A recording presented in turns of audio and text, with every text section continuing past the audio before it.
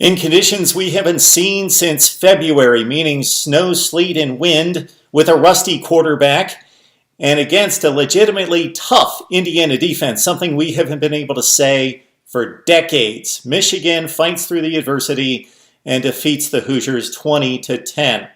So Indiana looked great on defense in the first half in particular, made some plays on offense, had a scoring drive that made it 10-6 Indiana. So Michigan knows what had happened to Ohio State earlier in the day, and we all saw it as the Buckeyes traveled to East Lansing against a 7-loss team and scuffled 17-16. This was a similar type situation with Michigan at home. 10-6 game. John O'Korn, who didn't make plays the entire game, took off on a 30-yard run. So he was flush from the pocket, made a couple guys miss, and produced his biggest play on the ground. 30-yard run to get Michigan's offense jump-started. They had kicked just 2 field goals with 4 minutes left in the third quarter. So O'Korn gets the 30-yard run, then Devian Smith explodes for 34 yards in the touchdown, and it's suddenly 13-10 Michigan, and with Michigan's defense, they were in good shape. 3-point lead, they get the ball back.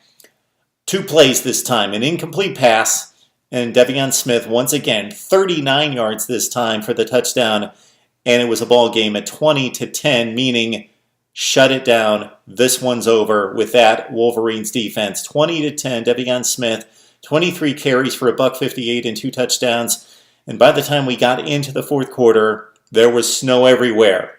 Not fun to be in necessarily, although a lot of the crowd, the kids, had fun with the first snowfall of the year. But watching on TV, fun to watch. Slipping and sliding, the snow accumulating on the field, and Michigan's defense took over from there.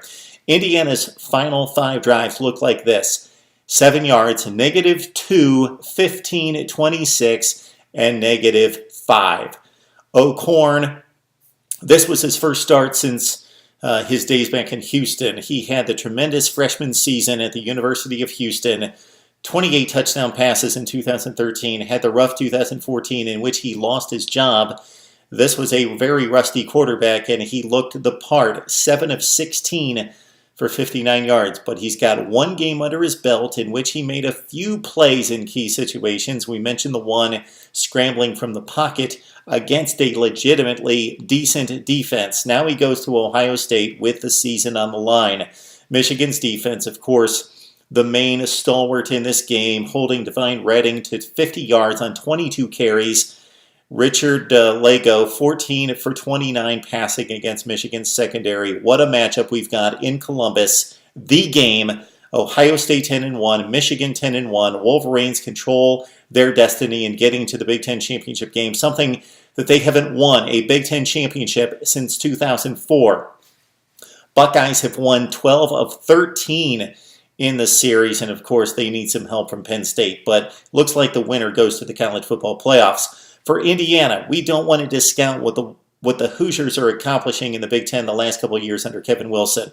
The record is only 3-5 in the Big Ten. It's only 5-6 overall, meaning they have to defeat Purdue next week at home in Bloomington to get to a bowl game. They should be able to do that. They're significantly better than the Boilers. At 5-6, defensive coordinator Tom Allen, with a program that has thrown the football all over the lot under Kevin Wilson and scored points, but not been able to tackle or hit anyone or cover anyone, supply pressure in the backfield. This is a defense that under Tom Allen in his first season coming from South Florida has really taken great strides. They're still not at this level, but they gave Ohio State a fight, Michigan a fight. They defeated Michigan State. Last week, they had Penn State on the ropes before they coughed up the football, something that they did 7 times in 2 games, but held on to the ball today, had a legitimate shot to pull off the upset in Ann Arbor, but too much Michigan defense and the 2 big runs from Devian Smith.